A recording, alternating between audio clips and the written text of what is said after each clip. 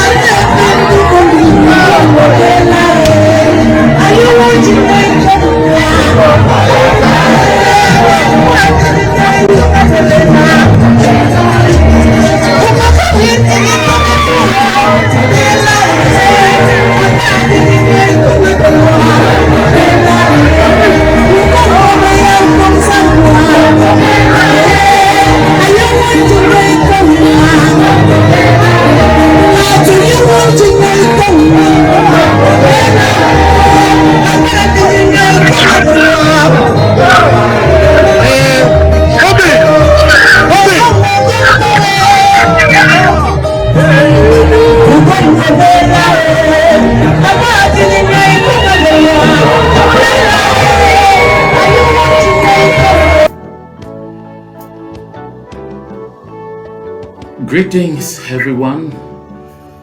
I am delighted to welcome you to this platform, this special Thursday evening of the 23rd. This is Thursday, the 23rd of October 2025. You're welcome to this very important live show. And in this monologue, I want to point out that La République du Cameroun is at the crossroads of its history.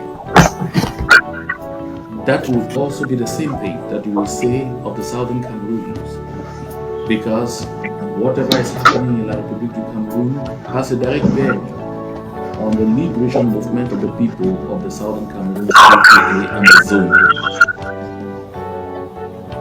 The Republic of Cameroon, or I should call it La République du Cameroun, recently organized a presidential election. The election took place on the 12th of October 2025. Even before it was 48 hours after that election, trouble had started. Protests were already beginning to rear their ugly heads. We know that even in the lead up to the election proper, during the period of the campaigns, the rhetoric was already very belligerent on both sides, both on the side of the opposition and especially on the side of the government, with the Minister of the Interior of La République du Cameroon, Paul Atanganji, swearing and vowing hail and brimstone on whoever would declare the results of the election even before the official proclamation by the Constitutional Council. This, although the Electoral Code in its Article 113 clearly indicates that at the polling stations, the vote will be tallied and the results of each polling station published right there, meaning anyone who could get hold of the tallies on each polling station had a really clear chance to publish the trends of the election. That tension getting into the election did not simmer after the vote proper. Matters got to a head when at the National Vote Counting Commission it became clear that a lot of the polling sheets that were signed at the polling stations and returned to the election governing body, ELECAM, were seemingly falsified. The allegations of falsification were bolstered by reports that most of the polling sheets saw the middle sheet taken off, even on some where the agents at the polling station had signed even on that internal sheet. Was results that emerged from the southern Cameroons, from the territory of the southern Cameroons, where the people observed a 6-week lockdown, and where on election day it was mostly ghost towns all over the place. The results that emerged from there indicated that in some precincts there was even 100% participation, the thing that had never happened even in normal circumstances. The wild figures that emerged from there sent people reeling, sent supporters of the opposition in a frenzy, and of course it also sent the people of the southern Cameroons in some very hot anger. The things turned sour when a member of parliament of the ruling CPDM party from the Misaje Akko constituency in Donga Mantu County was captured and eventually killed, and all on grounds that they truncated the will of the people, that they seized or stole the will of the people who refused even to participate in an election. All this are culminating now in a serious war of words, and today we have threats and counter threats, a clear indication that even the postponement of the official proclamation of the result of that election that was due to be conducted this Thursday to Monday, October 27, is unlikely to simmer the tensions. Rather, there is a clear likelihood that the war or a war could break out even before Monday, leaving the possible proclamation of the results of the election literally improbable. We'll just in a minute. We'll take another very quick break, and we'll come back and unveil our panelists, and we'll get into the beef of our conversation.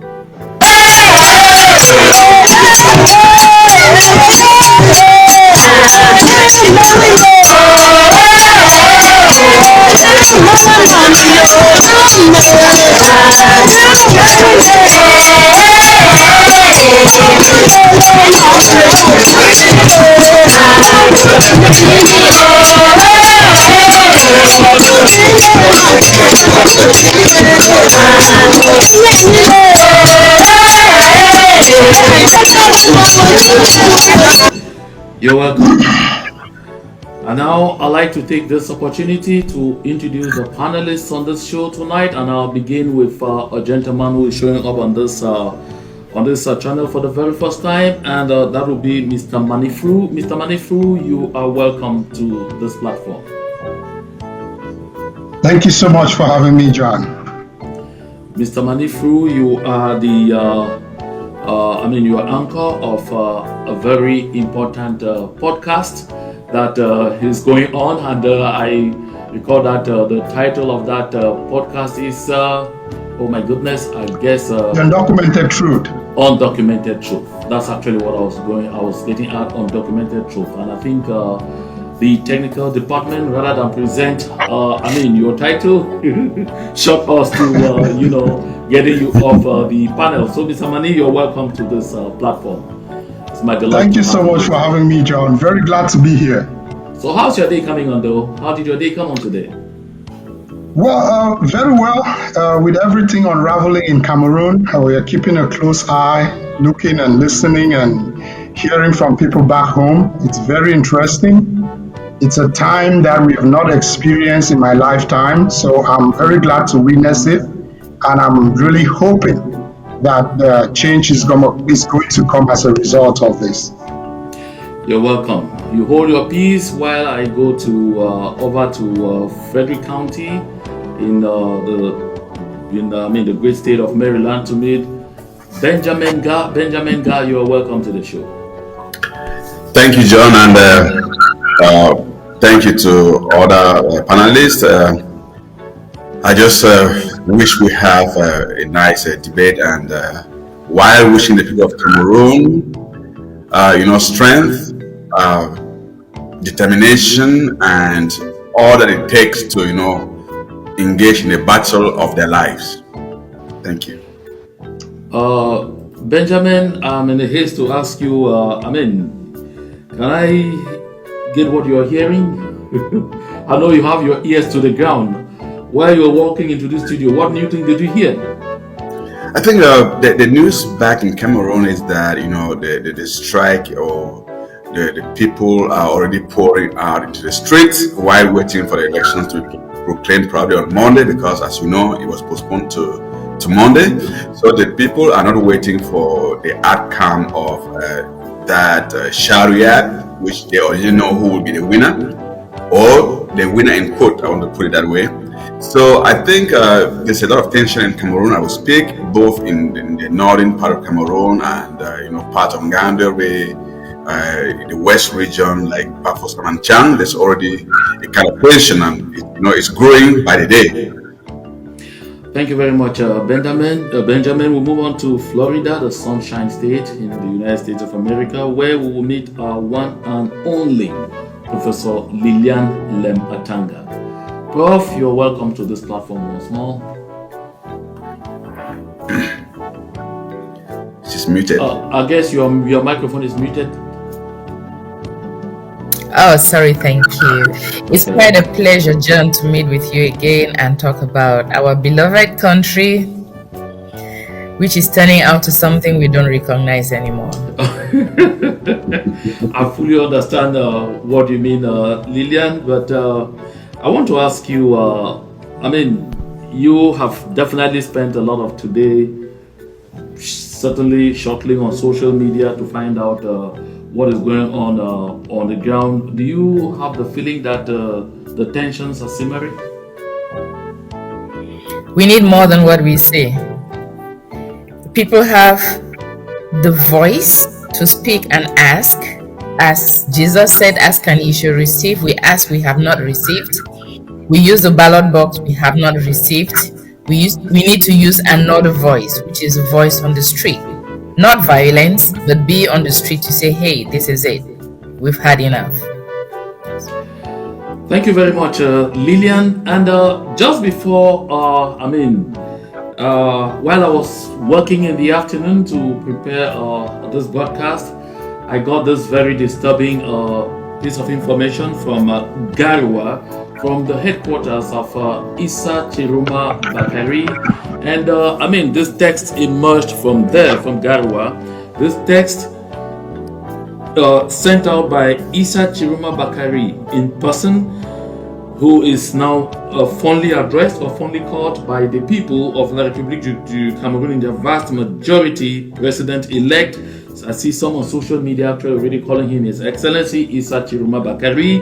He sent out this very alarming statement in which he says, I hear and I have received information that a heavy-handed assault is being prepared against me. All this for Chiruma? Are you really going to launch an assault against the entire Cameroonian people? The people are simply asking you to recognize their victory. This time, you will not succeed. Stop your threats. Stop angering the Cameroonian people and putting the country in danger. Acknowledge that you have lost. The more you resist, the more pathetic your downfall will be. I'd like to take that very last statement over. The more you resist, the more pathetic your downfall will be. Very strong words there. Very strong words there from Issa Chiruma Bakari. Lillian, I'd like you to go first. What is your first reaction when you listen to these words? You look at the tone and you see the diction. What does this tell you? People need leadership, and they need to be convinced that the leader will lead. We need that tone. Cameroonians need that tone to reaffirm their commitment to the person they voted for, to the person they hope will bring change to them. Without that leadership, Cameroonians will not be able to take to the streets and reclaim their voice, which was expressed through the ballot box. So Chiroma needs that continued leadership to be able to succeed in his mission. Because without that, the people will also relent. But those words seem really hard. Those words appear to leave no chance for anyone to imagine that Issa Chiroma is like on the path to compromise, or because when the official proclamation of the results that was scheduled initially to take place today was moved to Monday, there were speculations that that move would have been taken to allow an opportunity for behind the scenes discussion to try and diffuse the tension and perhaps to reach an entente. When you see this kind of statement coming out on this same Thursday, when you expected that perhaps there could be talks progressing behind the scenes, do you have the feeling that it is well going forward? No, not at all. Not at all. One thing that is almost certain is that Paul Biya will be declared the winner. And Chiroma needs to take his vote. He needs to seize it. It cannot be given on a platter of gold. And all the odds are against him. But then he has the luck that the people are with him. The question is Chiroma going to seize that opportunity? Is he going to betray the people or be with the people? Because there's also the fear of the people that Chiroma may betray them. So the people need that hard voice. That voice must be very, very hard. We've had Biya for 43 years. We need someone who knows him. We need a Saul who will become a Paul to lead the people. Chiroma is now the Saul who is becoming the Paul. If he fails to be the Paul, the people will be the first to kill him, not the government of Biya. Manifru, I think when I try to look at those words, the choice of words used by Issa Chiroma, I come across with the feeling that he is perhaps deliberately belligerent. For someone who perhaps doesn't have forces of his own, and is talking here to the state that has about 50,000 men and women in uniform, be it police, soldiers, gendarmes, be special forces, or others. Doesn't this come across as reckless, Manifru? Well, I think the only language that the outgoing regime in Cameroon understands is force. That's number one. And before I even answer your question, when Chiroma came out, I thought that it was one of those ploys by the regime to deceive the people. But after watching what has been going on since the election, since 12th of October, I am beginning to be convinced that Chiroma is actually a force against the evil from the regime. And he has shown himself as a force that can be reckoned with. How? When on the eve of the October 12 election, we had the Minister of Interior,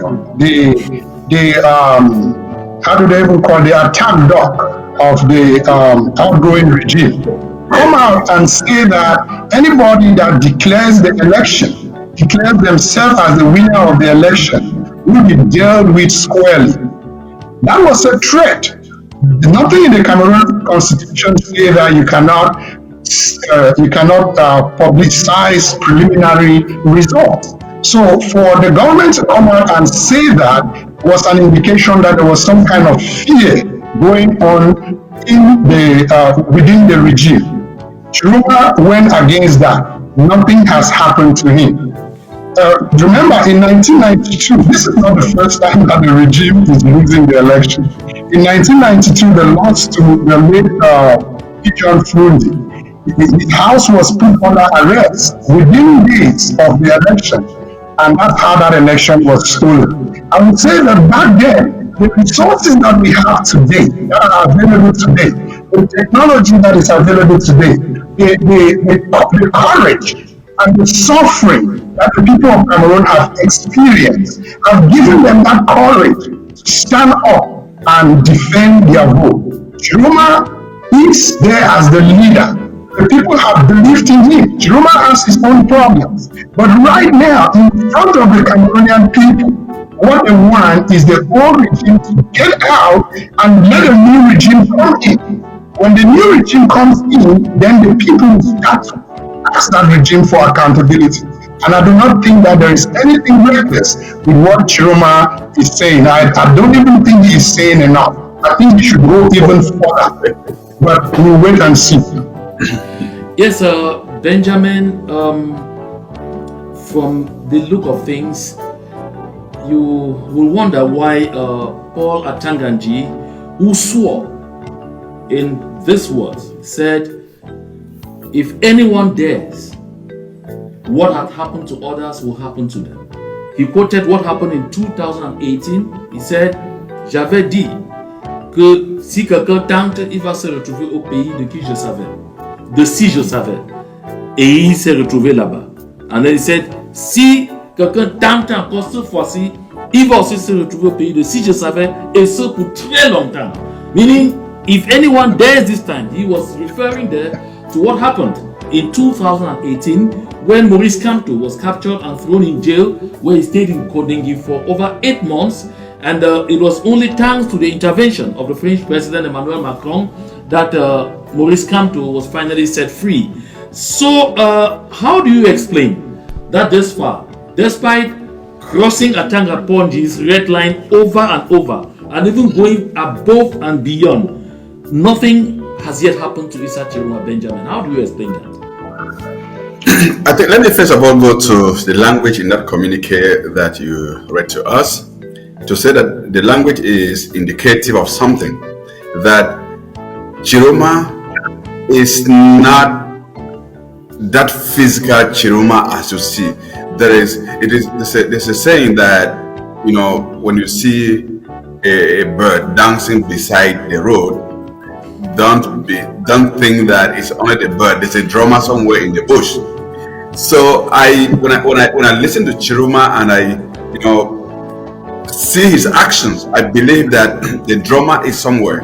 And I think the regime, the Atangas, the Ngongos, the Paul Bias, they are in for a match that they didn't expect. It is said all over the place now that they were preparing for Kamto and Chiroma came, like you're preparing for an exam for somebody, but somebody else surprises you. So the fact is this: if you look at Chiroma does not sell eggs like the Bamili case. In 2018, the Bamili case, where Kamto came from, they could not go out to demonstrate, to destroy, to fight a war because they have their businesses they wanted to protect.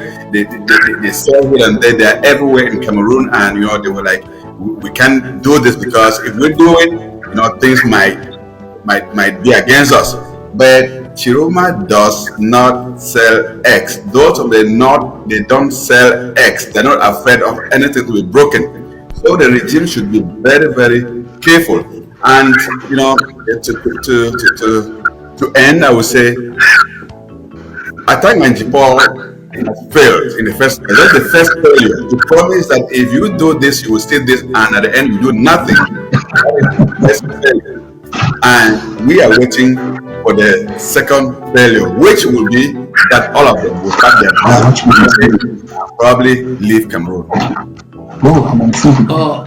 Thank you, Benjamin. I'd like us to take a quick watch. We view together this video by someone who says he's a medical doctor, and he says he's from the tribe of Issa Chiroma Bakari, because I've what I say is the banner or whatever. I've heard a lot of actors on TV panel discussions in Cameroon, talking so much about the area, the ethnic group where Issa Bakari comes from, the characteristics of the people, and says this perhaps could have an explanation why the tension is this much, and why we have this kind of resistance, and why the government appears to be hesitating to use the high hand on Issa Bakari at once. Let's listen to him briefly. Monsieur Tanandji et tous les turiféraires du pouvoir, je tiens à vous rappeler une chose, c'est que ce qu'on appelle communément le babana, le nordiste qui n'a pas été à l'école, qui ne connaît pas vos choses du droit, des articles, de ceci là. Le gars que vous avez toujours appelé mouton. Le mouton, justement, c'est celui-là qui est un inconditionnel, qui ne réfléchit pas, qui vous suit quand vous voulez qu'il vous suive, là où vous voulez qu'il aille, c'est là où il va, c'est ça le mouton. Vous avez appelé ce qu'on appelle affectueusement ton. Et pendant des décennies, ils ont été conduits comme un troupeau, en leur demandant de toujours soutenir M. Paul Biya. Vous l'avez fait. Quand ça vous arrangeait, cette attitude du Babana, vous étiez content. Sachez dans une chose, c'est que le Babana ne comprend pas vos menaces. Le Babana, lui, il a un seul objectif, c'est d'être conduit dans la direction de son maître. Et aujourd'hui, son maître qui le conduisait vers le RDPC, son maître en train de le conduire vers le peuple souverain. Issa Chiro m'a conduit son troupeau vers le peuple souverain. Et vous ne pouvez rien. Atangandji, tu fais le bruit. Tes petits que tu envoies là, les petits militaires affamés, qui eux-mêmes ne sont pas contents, que tu envoies, ils vont trouver le babana devant eux. C'est-à-dire qu'il va falloir qu'ils traversent le cadavre de Babana pour atteindre Issa Chiro. Et nous allons le soutenir. Nous allons... Atangandji, retiens ceci, retiens ce que je te dis là. Moi, je m'appelle Aimé Boni, le professeur Aimé Boni, médecin, cardiologue universitaire. Sache que je deviens ambazonien. Dès que tu nous fais ça à l'envers, je deviens ambazonien, mais une ambazonie internationalisée. Je t'assure. Atangandji, et Clément Atangandji d'ailleurs, retenez une chose. Pour une fois, il y a un professeur de médecine qui va devenir ambazonien et qui va monter une rébellion internationale. Et je vous rappelle, Emmanuel Macron, je vais aller le voir. Le Parlement français, l'Assemblée nationale, ils vont entendre parler de moi. Je vais bousculer tout en France. Et je vais demander à tous ceux qui pensent comme moi que nous fassions la guerre ambazonienne internationale. L'ONU a dit que l'ONU vient sur nous, non? Mais que l'ONU a dit qu'ils viennent organiser les élections, l'ONU, vous nous aurez sur le dos. Le Cameroun va devenir un foyer de tension internationale. C'est ça qui est la vérité. Vous ne pouvez, en fait, sachez une chose, c'est que nous avons déjà gagné. Nous avons gagné l'élection. Parce que la multitude de triches, de fautes, élimine normalement le candidat pour lequel la faute est organisée. Donc, en réalité, So I will let him stop there, and before I bring in the panelists to ponder on this, to shed their own light on this, let me briefly do a quick translation for those of our audience who do not understand the French language. So this gentleman says he's Professor Aimé Bonis. Of course, he's a medical doctor and he's a cardiologist, and he says here that of course he is from the same ethnic group as Issa Chiroma Bakari, the Babanas. And he is saying that the Babanas have really been, in the past decades, referred to as sheep, mouton, as he says, as sheep.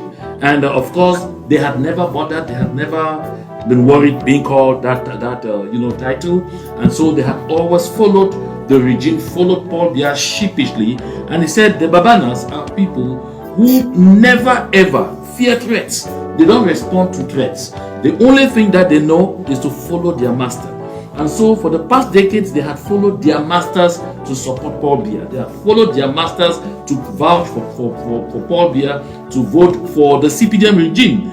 But that today, the Babanas have switched allegiance because their master, who is Issa Chiroma Bakari, has switched allegiance and is now leading the Babanas to rather follow the people. That is what he's saying. To rather follow the people through Issa Chiroma Bakari.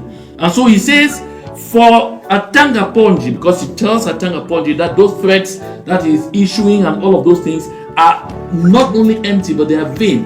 And tells Paula Atanganji that in order to successfully launch an assault and arrest Issa Chiroma Bakari, the entire army of Cameroon will have to walk on the dead bodies of all the Babanas to reach Issa Chiroma Bakari.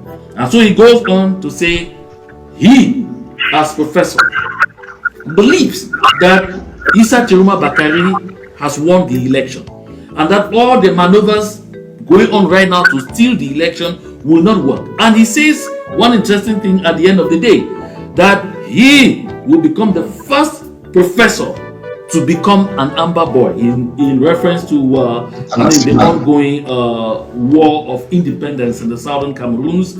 You know, he's referring to himself that he will soon become an Amazonian and he will become like one of our freedom fighters. And he's saying that any attempt to capture Issa Chiroma Bakari will simply be creating a new armed insurrection in the northern region.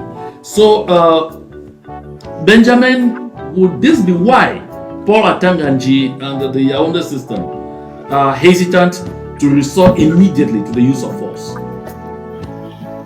Definitely, and if you listen to that guy, he says something which has made me to think about something. It is unfortunate that the people of the north, they're extremely very good people, very kind. I mean, welcoming. There's no other people in Cameroon who are as welcoming as those from the north. That's why you've never heard them giving those from the south any kind of names. But we have given them all kinds of names. Le Mouton, Le Waijo, Le whatever. We've nicknamed them just because we think they are docile. They are not. They are people that, when they want to support you, when they want to do something, they do it wholeheartedly. And it seems to the Yaoundé man, the Ekan people, they've taken that for a right, and they think that they can do whatever thing they want. I'm happy that this time around, those you thought they were just the Mouton or whatever, they've risen up and they've seen a leader, and they have a leader. And as I said some times ago, they are very close to Boko Haram. And I'm taking the people of Yaoundé, especially those who belong to the CPDM party, because those are the people, those are the target, those are the people that are causing this country the trouble we have today. So they should be careful, because those people are very close to, the Boko Haram. They are very close to Chad. They are very close to. They can easily dissolve into such group, and when they come back with force, I think it won't be, the Atanganji strength that can defeat them. And let me just say this to end. Let me just say this before I give out the microphone, John. When I see the regime in place, even postpone the day they were supposed to proclaim the elections, that tells me that there is panic. Panic has changed camp already. They are panicking, because if they were sure of themselves, they wouldn't have done that. So I think there's hope in the horizon, and I wish, for God's sake, that these people should continue. Let them move on, and let Cameroon at least breathe an air of, relief. Yeah, Lilian, you heard that professor say, if Atanga Ponji and the Yaoundé regime need to go all the way and execute their threats on the Babanas, then he could very easily become an international Amber. Let me just use the expression you use, Amber Boys, and all of this. Do you think anyone should take that kind of a threat seriously? It can be taken seriously, but I will not advise for such a violent threat. We learned a lot of lessons. In Frundi's time, he won the elections. I was young then. We went through all the violence, although it wasn't very bad. as the Anglophone crisis, nothing happened. The Anglophone crisis came, we went to the streets 2016. I was on the streets in 2016. On the very first day, September 22nd, I was there. We walked through corpses, drove over corpses, dodged bullets. The government of Paul Biya still suppressed us.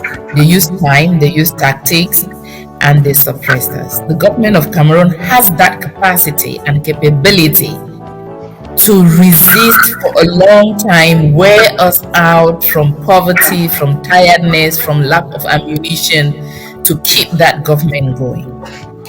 I think that we should learn from errors of the past, strategy.